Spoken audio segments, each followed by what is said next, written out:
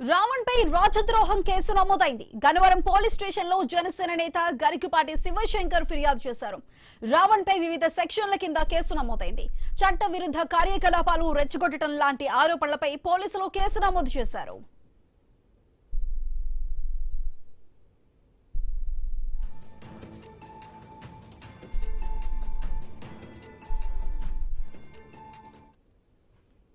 రావణ్ పై రాజద్రోహం case నమోదైంది. Gannavaram police station లో జనసేన నేత గరికపాటి శివశంకర్ కంప్లైంట్ చేశారు. రావణ్ పై వివిధ సెక్షన్ల కింద కూడా కేసు నమోదు చేశారు. చట్ట విరుద్ధమైనటువంటి కార్యకలాపాలు రెచ్చగొట్టడం లాంటి ఆరోపణలపై పోలీసులు ఈ కేసు నమోదు చేశారు. దీనికి సంబంధించి పూర్తి డీటెయిల్స్ మా ప్రతినిధి భార్గవ్ అందిస్తారు. భార్గవ్, చెప్పండి, ప్రశ్న రావణ్ కి సంబంధించి రాజద్రోహం కింద కేసులు నమోదు చేసినట్లు తెలుస్తుంది. అసలు ఏ సెక్షన్ల కింద కేసు నమోదు చేశారు? సుధా, ఇప్పటికే దాదాపు 4 పోలీస్ స్టేషన్లో పలు కేసుల కింద అరెస్ట్ చేసినటువంటి రావణ్ గత రాత్రి గన్నవరం పోలీస్ స్టేషన్లు అదుపులోకి తీసుకున్నారు. పాయకరావుపేట నుంచి కూడా అదుపులోకి తీసుకొని గన్నవరం తీసుకొచ్చినటువంటి పరిస్థితి ఉంది. అయితే అక్కడ మాత్రం గన్నవరం పోలీస్ స్టేషన్ లో అక్కడ ఉన్నటువంటి road development corporation director Janasena నాయకుడు గరికపాటి శివశంకర్ ఇచ్చినటువంటి ఫిర్యాదు మేరకు కూడా రావణ్ పై దేశద్రోహం కేసు అనేది కూడా నమోదు చేయడం జరిగింది. ప్రధానంగా ఉపా చట్టాన్ని, అంటే చట్ట వ్యతిరేక కార్యకలాపాల నిరోధక చట్టం కింద కూడా ఈ కేసును కూడా నమోదు చేశారు.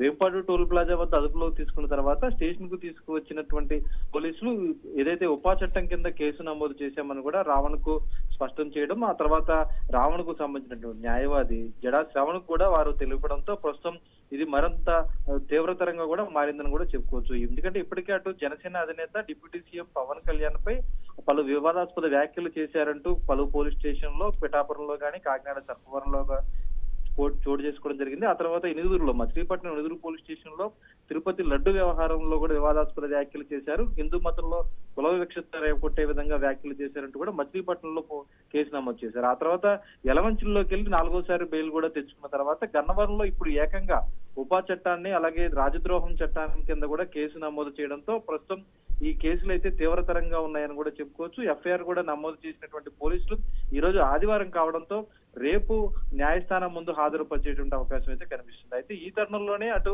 రావణ్ కూడా ఇప్పటికే హైకోర్టును ఆశ్రయించి తన మీద ఒకే కారణంతో పవన్ కళ్యాణ్ పై ఏలూరులో జరిగినటువంటి బహిరంగ సభలో చేసిన వ్యాఖ్యలను ఉద్దేశించే ఈ కేసులన్నీ పెడుతున్నారని, అన్ని కేసులను ఒకేసారి విచారించాలని కూడా అటు రావణ్ హైకోర్టును ఆశ్రయించిన నేపథ్యంలో ఇప్పుడు ఒకే కేసు కాకుండా వివిధ రకాలైనటువంటి కేసులు ఏవైతే ఉన్నాయో అవన్నీ కూడా ఈ రోజు రావణ్ పై మోపే విధంగా పోలీసులు కూడా కేసులు అయితే నమోదు చేశారు. ఇప్పుడు ప్రధానంగా ఉపా చట్టం కింద చట్ట వ్యతిరేక కార్యకలాపాల నిరోధక చట్టం కింద కూడా కేసు నమోదు చేయడంతో ఇది తీవ్రంగా కూడా పరిగణించేటువంటి అవకాశం కనిపిస్తుంది. ఎందుకంటే సంఘ విద్రోహ శక్తులు దేశానికి వ్యతిరేకంగా ఇక్కడ శాంతి భద్రతలు విఘాతం కలిగించే విధంగా ఉన్నటువంటి అభియోగాల కింద కూడా ఈ కేసులు నమోదు చేయడం జరిగింది. ఇందులో సెక్షన్ 13 ఉపా 1967 యాక్ట్ కింద కూడా కేసు అనేది కూడా నమోదు చేశారు. మరోవైపు సెక్షన్ 39 కింద కూడా ఈ కేసు నమోదు చేయడం అనేది జరిగింది. మరోవైపు బిఎన్ఎస్ యాక్ట్ లో కూడా అటు అండర్ సెక్షన్ 147, 148 ఈ రెండింటిలో కూడా అంటే సమాజంలో అల్లర్లు సృష్టించడం అటువంటి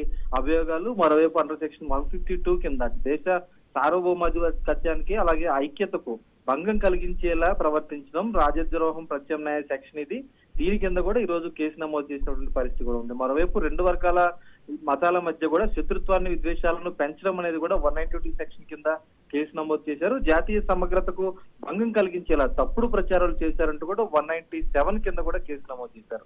అంతేకాకుండా ప్రజల్లో భయాందోళన రేకెత్తించేలా, ప్రభుత్వాన్ని కించపరిచేలా తప్పుడు సమాచారాన్ని వ్యాప్తి చేశారు సామాజిక మాధ్యమాల మీదుగా, బహిరంగ సభ వేదిక మీదుగా కూడా అంటూ 353 సెక్షన్ కింద కూడా కేసు నమోదు చేయడం జరిగింది. ఈ సెక్షన్ల కింద ఇప్పుడు గన్నవరం పోలీస్ స్టేషన్ లో కేసు నమోదు చేసిన నేపథ్యంలో ఇవన్నిటి మీద రేపు హైకోర్టులో విచారణ రాబోతుంది. మరి న్యాయస్థానం ఏ విధంగా కీలక ఆదేశాలు ఇవ్వబోతుంది, అటు పోలీసులపై తప్పుడు ప్రచారాలు కూడా జరుగుతున్నటువంటి సందర్భంలో పోలీసులు ఎటువంటి ఆధారాలు వారు పొందుపరుస్తారు న్యాయస్థానం ముందు అనేది కూడా వేచి చూడాల్సిన పరిస్థితి ఉంది. సుధా.